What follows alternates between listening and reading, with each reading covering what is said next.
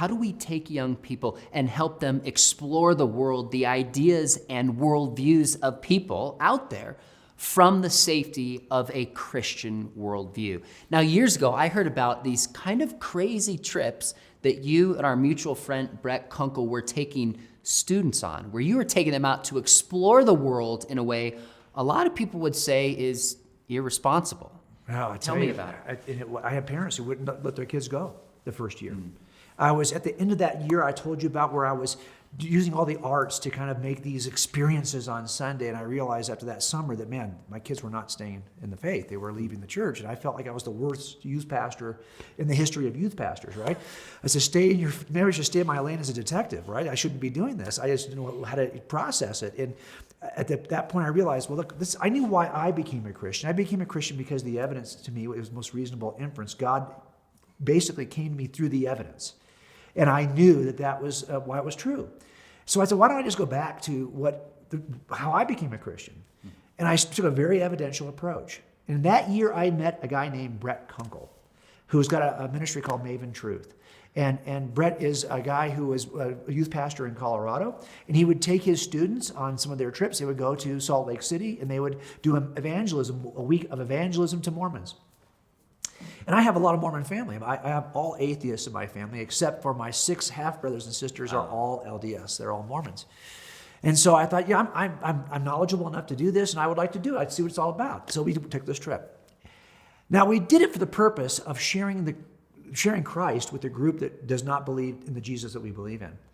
And that's why we did it. But what I realized while we were there is the impact it was having on our students. And I realized when they came back home, first of all, they were afraid to go. And we started by either inviting Mormon missionaries or bishops from the Mormon church to come in and talk to our students. And our students realized before we even started training that they didn't know how to answer any of the questions that were offered by the Mormon leaders. And it rattled them. That was the test. So we said, okay, we're going to raise the bar. We're going to have you come out, and we're going to, every Sunday night, we're going to be at my house. We're going to have you read this book. You all got to read it if you want to go on this trip. It's going to be an 8-day trip in Salt Lake City. We're going to do all kinds of crazy things. There'll be some fun kind of recreational things too, but we're going to be doing street evangelism probably most of all the time. And you already saw how that went when we had the Mormon missionaries out. You didn't do very well. So we better get ready. And we put them through the ringer.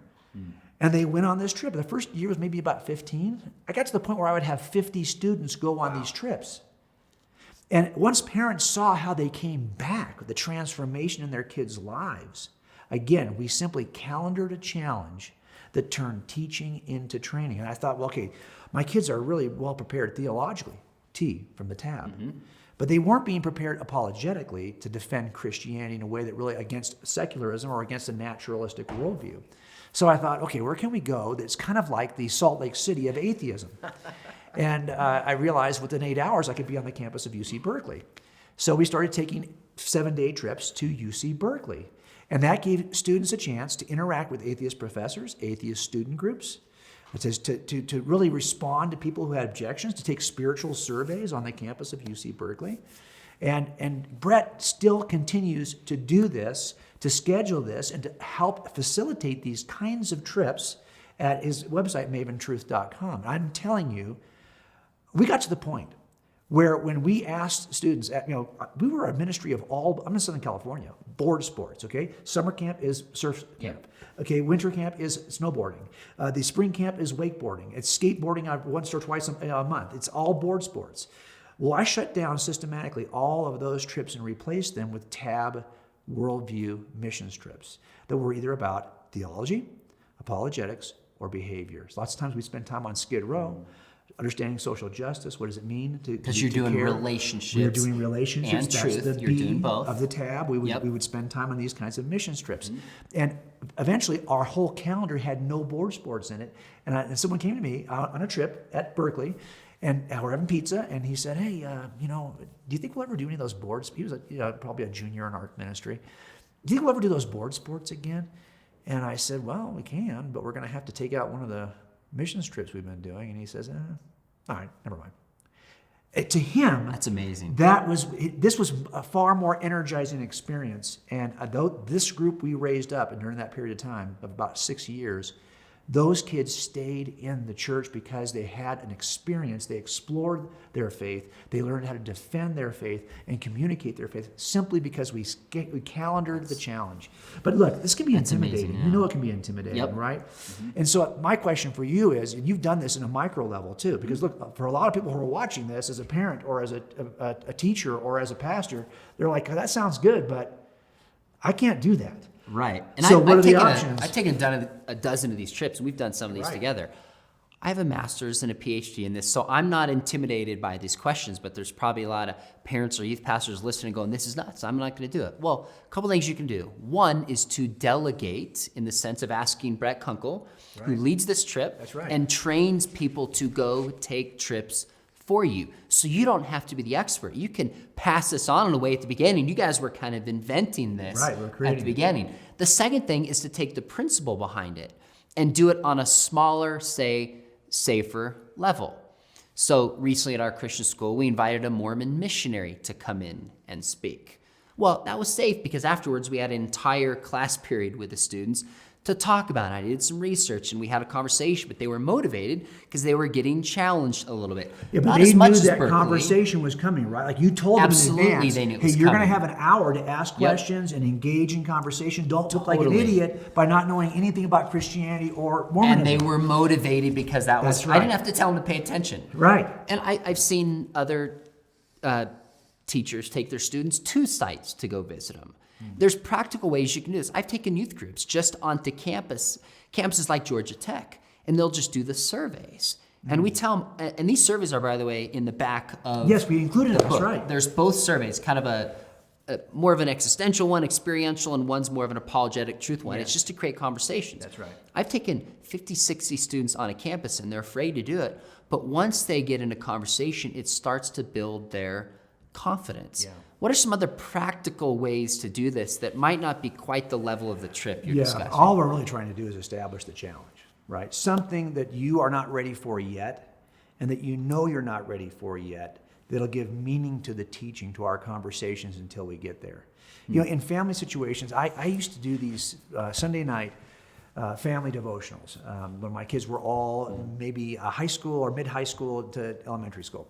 And I would always do some kind of topic, and at some point I realized, you know, Jimmy, your turn's going to be next week. You can teach any topic you want, but I want you to teach a topic, and if it's in our study, that would be great. But just the idea of knowing you have to, if you want to learn something really well, start trying to teach it, because you have to now learn it to a level that you can teach it to others. So when a lot of people think, just put on your calendar, I'm going to teach this in a Bible study on this date, or put it in your kids. We did this at Berkeley. We would say, hey, by the way, the last day we're going to be in Berkeley, you're going to be giving 10-minute presentations to the rest of the group, and we're going to assign you topics. That made him nervous. To Oh my start gosh, preparing right? for And I said, it. not only that, Yeah. we're going to go ahead and videotape it, and then we'll put the best ones on YouTube. We want to raise the pressure. Now, they were up for it, but that also meant that every time we had a break for that week, I would look over and my students were studying, were trying to getting get ready for that presentation in Yep. front of their peers. So there are ways to be creative, right, with your own kids. It's not beyond our possibility as parents to bring our kids to a college campus with that survey we have in the back of the book, because the survey is so non-confrontational. It's easy. It's just a dialogue Easy to do. starter. But what it does is it activates, because now that's really a test for a lot of young people. I didn't realize those kinds of questions were going to come up. I didn't know what to say when he said that, Dad.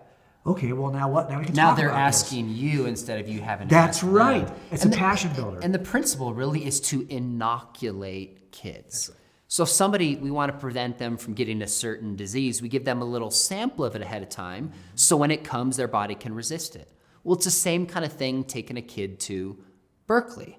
Exposed to an atheist, go debrief it, and then when they really hear this, they've been inoculated and are not as intimidated by this. There's easier ways parents can do this. There's sometimes I've just taken my kids, I'm like, hey, let's watch this YouTube video of a skeptic or a New Ager, and we just discuss it. That's a way of inoculating them.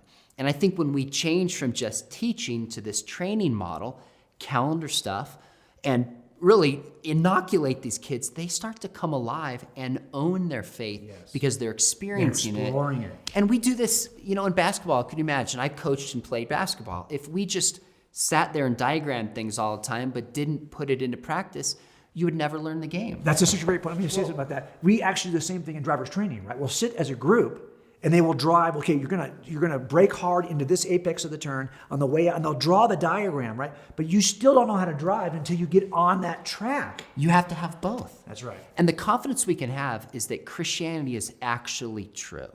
I don't fear challenges by their belief systems. I just fear that we don't train our kids, throw them out there without healthy relationships, then those ideas start to take root in their heart and in their mind.